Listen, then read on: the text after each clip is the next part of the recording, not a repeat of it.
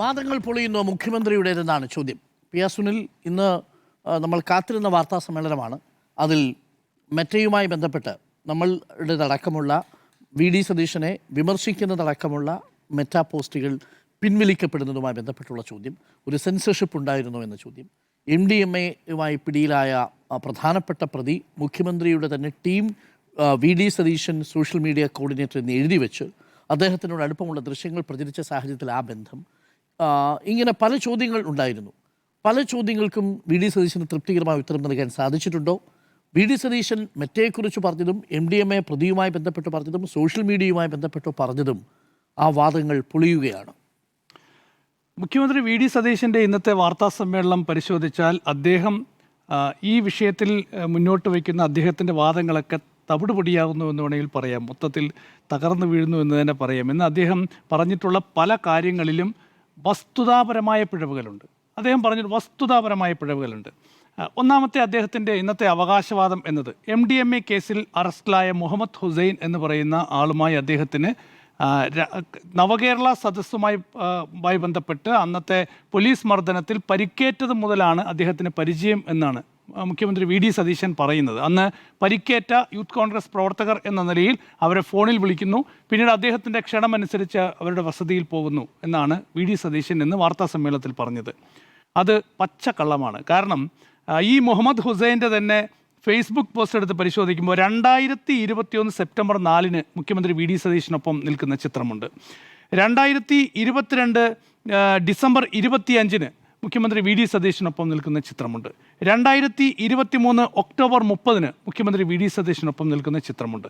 നവകേരള സദസ്സ് നടക്കുന്ന 2023 നവംബർ മാസത്തിലാണ്. അപ്പോൾ 2023 നവംബർ മാസത്തിൽ നടന്ന നവകേരള സദസ്സിന് ശേഷമാണ് ഈ മുഹമ്മദ് ഹുസൈനുമായി ബന്ധം ഉള്ളൂ, അതിനുശേഷം മാത്രമാണ് അദ്ദേഹവുമായി പരിചയമുള്ളത് എന്ന് മുഖ്യമന്ത്രി വി.ഡി. സതീശൻ വാർത്താ സമ്മേളനത്തിൽ വന്നു നിന്ന് ഔദ്യോഗികമായി പറയുമ്പോഴാണ് ഈ മുഹമ്മദ് ഹുസൈൻ്റെ തന്നെ ഫേസ്ബുക്ക് പേജിൽ അതിനു മുൻപ് പല വർഷങ്ങളിലായി മുഖ്യമന്ത്രി വി.ഡി. സതീശനൊപ്പം അദ്ദേഹത്തിൻ്റെ വസതിയിലോ അദ്ദേഹത്തിൻ്റെ ഓഫീസിലോ ഒക്കെ തന്നെ നിന്ന് എടുത്തിട്ടുള്ള ചിത്രങ്ങൾ പുറത്തു വരുന്നത്. രണ്ടാമത്തെ വിഷയമാണ്, എനിക്കൊരു സോഷ്യൽ മീഡിയ ടീമേ ഇല്ല എന്ന് മുഖ്യമന്ത്രി വി.ഡി. സതീശൻ എന്ന് പറഞ്ഞു. അത് പ്രതിപക്ഷ നേതാവായിരിക്കുമ്പോഴുമില്ല, മുഖ്യമന്ത്രിയായിരിക്കുമ്പോഴുമില്ല, ഇനിയിപ്പോൾ MLA ആയിരിക്കുമ്പോഴും എനിക്ക് അങ്ങനെ ഒരു സോഷ്യൽ മീഡിയ ടീം ഇല്ല എന്ന് പറയുകയാണ്. അപ്പോഴാണ് ഇതേ മുഹമ്മദ് ഹുസൈൻ്റെ സോഷ്യൽ മീഡിയ പേജിൽ 2026 മാർച്ച് 29 അദ്ദേഹം പോസ്റ്റ് ചെയ്തിരിക്കുകയാണ്, രാഷ്ട്രീയ നയങ്ങളിൽ കൃത്യമായ നിലപാടും വ്യക്തമായ വീക്ഷണവുമുള്ള കേരളത്തിൻ്റെ പ്രതിപക്ഷ നേതാവിൻ്റെ സോഷ്യൽ മീഡിയ ടീമിൽ കഴിഞ്ഞ 5 വർഷക്കാലം പ്രവർത്തിക്കാൻ കഴിഞ്ഞതിൽ എനിക്കേറെ അഭിമാനം തോന്നുന്നു. ആരാണ് മുഹമ്മദ് ഹുസൈൻ? 2026 മാർച്ച് 29 ഫേസ്ബുക്ക് പേജിൽ അദ്ദേഹത്തിൻ്റെ ഫേസ്ബുക്ക് പേജിൽ മുഖ്യമന്ത്രി വി.ഡി. സതീശനൊപ്പം നിൽക്കുന്ന ചിത്രത്തോടൊപ്പം പങ്കുവെച്ച വരികളാണ് ഇത്. അപ്പോൾ ആ രണ്ടാമത്തെ വാദവും പൊളിയുകയാണ്.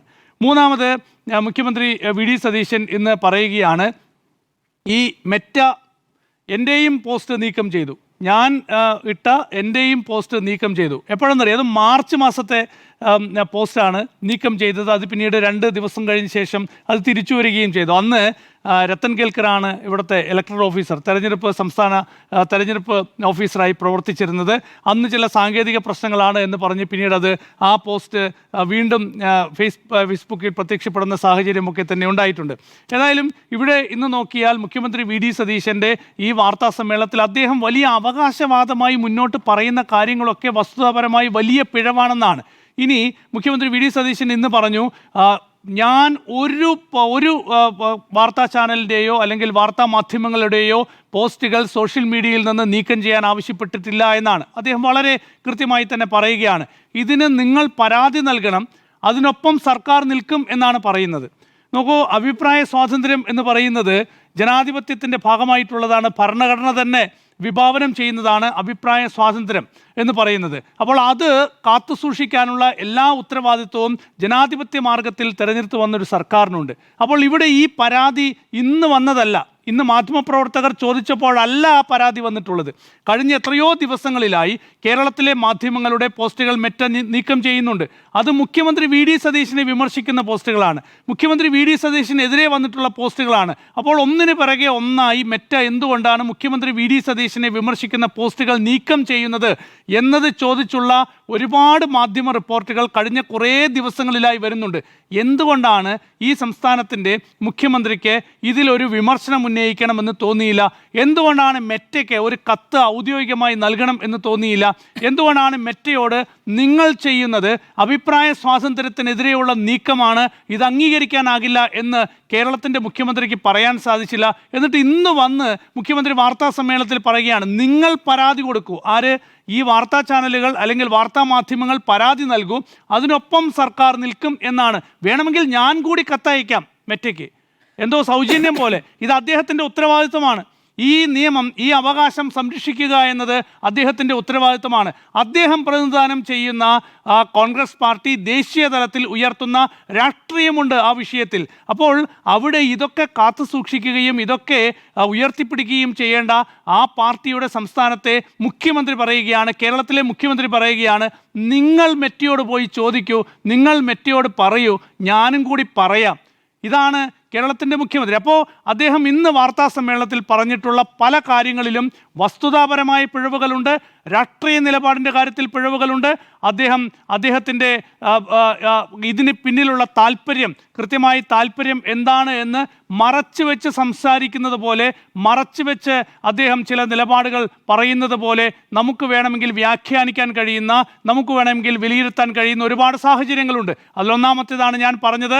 ഇപ്പോൾ MDMA കേസിൽ അറസ്റ്റിലായ മുഹമ്മദ് ഹുസൈൻ എന്ന് പറയുന്ന ആളുമായി ഉള്ള ബന്ധം, അത് നവകേരള സദസ്സ് 2023 നവംബർ മാസത്തിലെ നവകേരള സദസ്സ് മുതൽ മാത്രമേ ഉള്ളൂ എന്ന് പറഞ്ഞു തുടങ്ങി മുഖ്യമന്ത്രി പറഞ്ഞിട്ടുള്ള പല കാര്യങ്ങളും വസ്തുതാവിരുദ്ധമാണ്.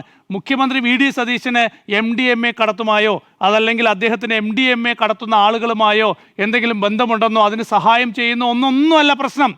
നോക്കൂ, നിങ്ങൾക്ക് ഇദ്ദേഹത്തെ അറിയുമോ എന്ന് വെച്ചാൽ അറിയും. അദ്ദേഹം സോഷ്യൽ മീഡിയ ടീമിൻ്റെ ഭാഗമായി അദ്ദേഹം പ്രവർത്തിച്ചിരുന്നു. പക്ഷേ അദ്ദേഹത്തിന് ഇങ്ങനെയുള്ള സാഹചര്യങ്ങളുണ്ടെന്ന് ഞങ്ങൾക്ക് അറിഞ്ഞില്ല. അങ്ങനെ പറയാലോ മുഖ്യമന്ത്രിക്ക്? എന്തിനാണ് കളവ് പറയുന്നത്? അവിടെയാണ് പ്രശ്നം. എന്തിനാണ് വസ്തുതാവിരുദ്ധമായ കാര്യങ്ങൾ പറയുന്നത്?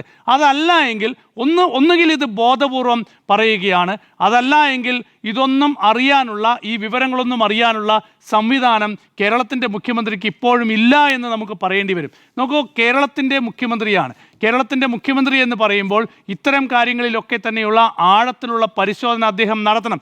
ഈ സ്വന്തം ടീമിനെക്കുറിച്ച് അല്ലെങ്കിൽ സ്വന്തം ടീമിലുണ്ടാകുന്ന പാളിച്ചകളെക്കുറിച്ച് തിരിച്ചറിയാൻ കഴിയാത്ത കേരളത്തിലെ മുഖ്യമന്ത്രി എങ്ങനെയാണ് കേരളത്തിലെ ജനങ്ങളെ സംരക്ഷിക്കുകയാണ്? അപ്പോൾ കേരളത്തിലെ ജനങ്ങളെ എങ്ങനെയാണ് ഈ മുഖ്യമന്ത്രി സംരക്ഷിക്കാൻ പോകുന്നത്? കേരളത്തിലെ ജനങ്ങളുടെ അവകാശങ്ങൾ എങ്ങനെയാണ് ഈ മുഖ്യമന്ത്രി സംരക്ഷിക്കാൻ പോകുന്നത്?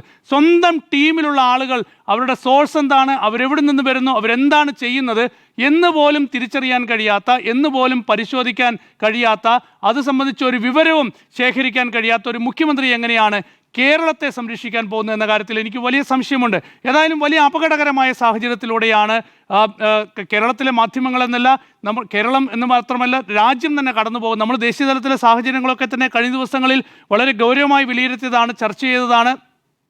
ഈ CJP സമരത്തിന് പിന്നാലെ, വിദ്യാർത്ഥികൾ നടത്തിയ സമരത്തിന് പിന്നാലെ അവർ പറയുന്ന പല കാര്യങ്ങളും, അവർ ഉയർത്തുന്ന പല വിമർശനങ്ങളും കേന്ദ്ര സർക്കാർ, കേന്ദ്ര വാർത്താ വിതരണ പ്രക്ഷേപണ മന്ത്രാലയം വഴി IT നിയമത്തിലെ വകുപ്പുകൾ ഉപയോഗിച്ച് സോഷ്യൽ മീഡിയ പ്ലാറ്റ്ഫോമുകളിൽ നിന്ന് നീക്കം ചെയ്യുന്നത് നമ്മൾ കാണുന്നതാണ്. മാത്രമല്ല, കേന്ദ്ര സർക്കാരിനെ വിമർശിക്കുന്ന വീഡിയോകളുടെ, കേന്ദ്ര സർക്കാരിനെ വിമർശിക്കുന്ന പോസ്റ്റുകളുടെയൊക്കെ തന്നെ റീച്ചുകൾ കുറയ്ക്കാനുള്ള വലിയ നീക്കങ്ങൾ അവിടെ കേന്ദ്ര സർക്കാർ തലത്തിൽ നടക്കുന്നു. അപ്പോഴാണ് കേരളത്തിലും സമാനമായി നീക്കം നടത്തുന്നത്. അതുകൊണ്ട് തന്നെയാണ് ഞാൻ പറഞ്ഞത്, അപകടകരമായ സാഹചര്യമാണ്. ഇതിൻ്റെ അപകടം മുഖ്യമന്ത്രി വി ഡി സതീശൻ തിരിച്ചറിയുന്നില്ല എന്നാണോ, അതോ ഈ അപകടം മുഖ്യമന്ത്രി വി ഡി സതീശൻ തന്നെ ഇപ്പോൾ സൃഷ്ടിക്കുന്ന ഒരു സാഹചര്യം ഉണ്ടാകുകയാണോ എന്ന കാര്യമാണ്. ഏതായാലും ഇത് വളരെ ഗൗരവമായ സാഹചര്യമാണ്. ഇന്ന് മുഖ്യമന്ത്രി വി ഡി സതീശൻ പറഞ്ഞിട്ടുള്ളത്, അദ്ദേഹം തന്നെ പറയുന്ന പല വാദങ്ങളും പൊളിഞ്ഞു വീഴുന്നതാണ്.